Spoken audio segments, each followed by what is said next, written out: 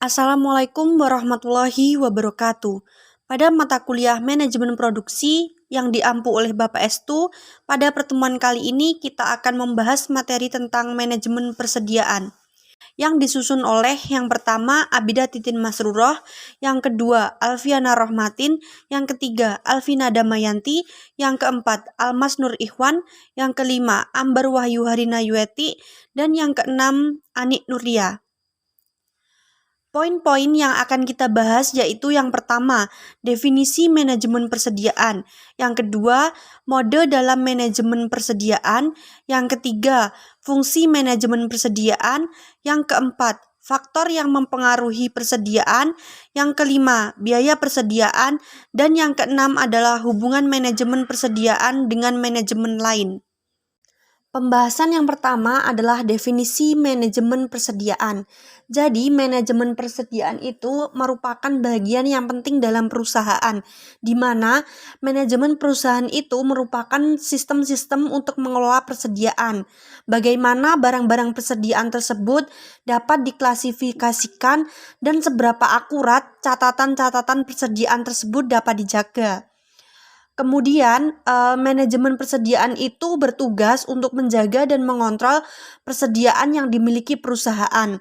Ataupun manajemen persediaan dapat diartikan sebagai sebuah kegiatan yang berhubungan dengan perencanaan, pelaksanaan, dan pengawasan penentuan kebutuhan material atau barang lainnya, sehingga di suatu pihak kebutuhan operasi itu dapat dipenuhi pada waktu yang telah ditentukan.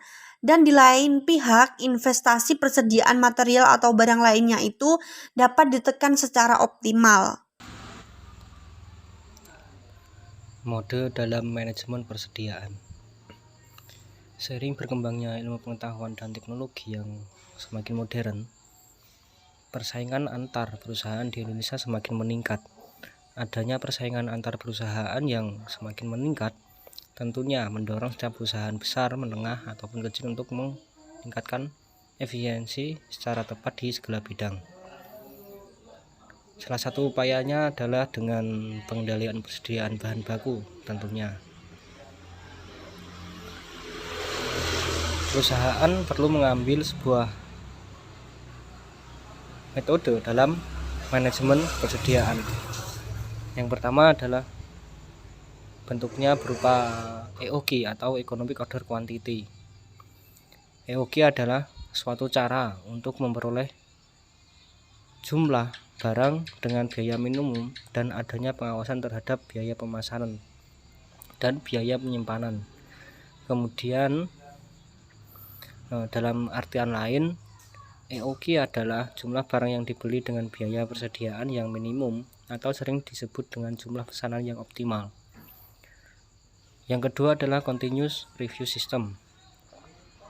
Merupakan sistem yang dapat melacak sisa persediaan dalam SKU atau Stock Keeping Unit yang telah digunakan untuk menentukan waktu pemesanan ulang dengan mengetahui titik pemesanan ulang, kuantitas tetap dari SKU akan dipesan. Yang ketiga adalah Periodic Review System. Periodic Review adalah suatu sistem pengendalian persediaan yang jarak waktu antar dua pesanannya adalah tetap. Maka bisa diartikan bahwa pemesanan dengan sistem ini sangat bergantung pada sisa persediaan pada saat periode pemesanan tercapai. Sehingga setiap kali pemesanan dilakukan, ukuran lot pesanan tidak sama. Yang keempat adalah ABC. Metode analisis ABC adalah di mana kamu melakukan penggolongan persediaan berdasarkan total dari persediaan. Jadi setiap item persediaan akan diberikan label sesuai kelasnya masing-masing.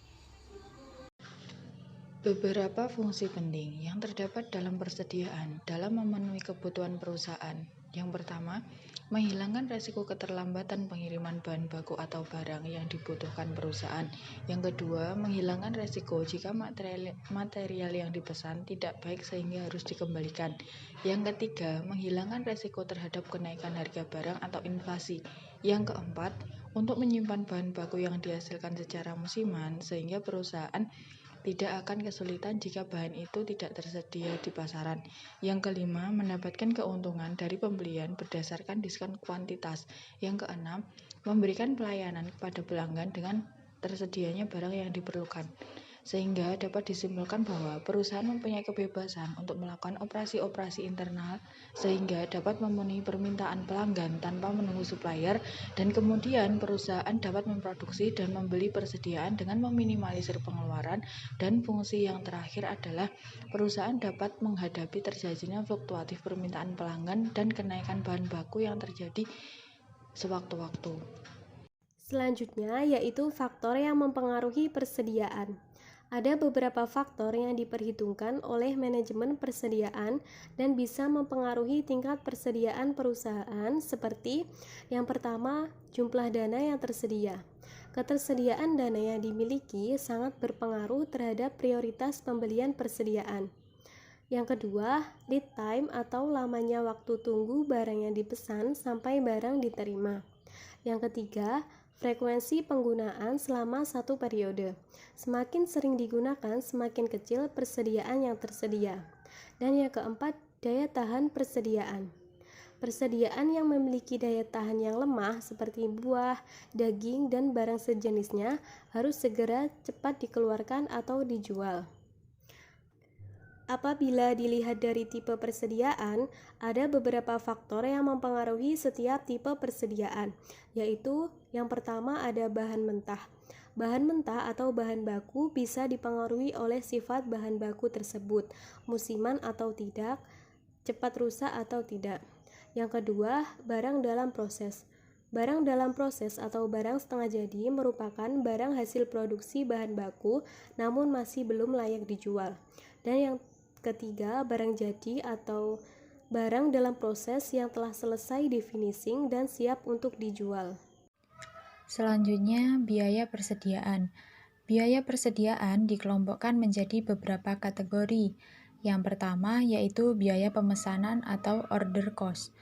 Biaya pemesanan adalah biaya yang berkaitan dengan kegiatan pemesanan barang atau persediaan. Biaya ini meliputi seluruh biaya yang dikeluarkan mulai dari pertama kali order atau penempatan pemesanan hingga barang yang dipesan tersebut tersedia di gudang.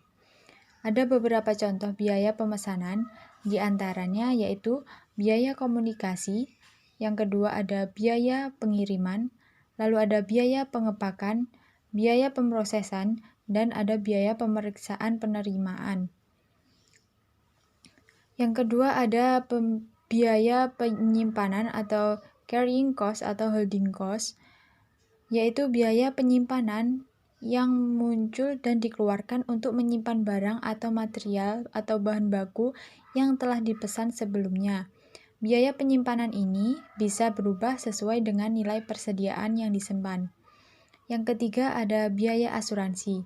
Biaya asuransi adalah biaya untuk meminimalisir risiko terhadap hal-hal yang tidak diinginkan seperti adanya kebakaran, banjir, runtuh karena gempa atau kondisi force majeure lain yang bisa terjadi pada persediaan yang disimpan.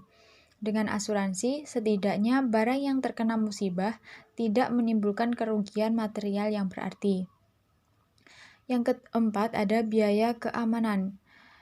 Terkadang asuransi tidak menjamin terhadap kerugian akibat gagalnya keamanan dalam menjaga persediaan perusahaan seperti pencurian, perampokan, maupun perusakan. Nah, untuk mencegahnya, perusahaan harus mengeluarkan sejumlah biaya seperti biaya CCTV, gaji satpam, pembangunan pagar, atau biaya lainnya yang masih bertujuan untuk mengamankan persediaan. Lalu yang kelima ada biaya keuangan. Ketika penjualan perusahaan mengalami penurunan dan menyebabkan perputaran persediaan sangat lambat, maka persediaan barang yang disimpan terlalu lama menjadi usang atau berkurang nilainya. Contohnya pemakaian persediaan pakaian yang masih bertahan selama beberapa bulan hingga menjadi usang karena tren pemakaian yang berubah. Pemakaian yang dianggap sudah tidak ngetren atau modelnya sudah usang dan menjadi lebih sulit untuk dijual kembali. Atau produk teknologi seperti smartphone. Nah, setiap bulan produk baru yang lebih canggih dengan fitur yang lebih lengkap membuat stok lama menjadi usang atau ketinggalan zaman, sehingga semakin sulit untuk dijual kembali. Yang keenam yaitu biaya penyusutan persediaan. Bukan hanya aktiva tetap, penyusutan juga bisa terjadi pada persediaan perusahaan. Contohnya buah. Semakin lama buah disimpan, semakin menyusup beratnya per kilo atau per kilogramnya. Misalnya jeruk yang hanya bertahan beberapa hari, semakin lama jeruk disimpan karena tidak terjual, maka berat jeruk tersebut akan semakin berkurang. Maka nilainya juga berkurang karena buah dihargai dengan satuan berat per kilogram. Lalu yang terakhir ada biaya penurunan harga. Biaya penurunan harga biasanya terjadi karena harga barang yang tidak stabil atau fluktuatif. Misalnya beras. Saat beras dibeli dengan harga 12.000 per kilogram, kemudian beras tersebut disimpan dalam gudang untuk beberapa waktu karena belum terjual atau memang sengaja disimpan atau tidak dijual. Namun ketika terjual, ternyata harga pasar beras mengalami penurunan dan beras tersebut hanya dihargai sebesar 11.500 per kilogram. Ada selisih kerugian sebesar Rp500 per kilogram. Nah, kerugian ini adalah biaya penurunan harga yang harus ditanggung. Yang selanjutnya adalah hubungan manajemen persediaan dengan manajemen lain. Manajemen persediaan berada di posisi yang penting bagi manajemen-manajemen yang lain. Ada beberapa divisi yang kegiatannya berkaitan dengan persediaan barang, seperti yang pertama, manajemen pembelian. Manajemen persediaan berhubungan dengan manajer pembelian mengenai prioritas dan orientasi pembelian material dengan kuantitas yang besar supaya bisa mendapatkan potongan harga dari pemasok atau supplier. Kedua, manajemen produksi. Hubungan ini sangatlah jelas karena manajemen produksi tentu saja membutuhkan persediaan bahan baku untuk memulai aktivitas produksinya. Manajemen produksi ingin memastikan bahwa kebutuhan bahan baku dapat terpenuhi sesuai dengan standar kualitas dan kuantitas yang dibutuhkan. Dan yang ketiga adalah manajemen keuangan. Manajemen keuangan lebih tertarik dengan pembelian material dalam jumlah yang besar karena bisa berpotensi mendapatkan potongan harga dari pemasok barang. Namun dalam hal tersebut, manajemen keuangan bisa menyarankan untuk melakukan pembelian dalam jumlah yang kecil, yaitu menyesuaikan dengan kebutuhan agar tidak menyimpan terlalu banyak persediaan. Siang-siang pergi ke kota. Jangan lupa beli alpukat. Demikian presentasi kita, semoga bisa bermanfaat. Sekian dan terima kasih. Wassalamualaikum warahmatullahi wabarakatuh.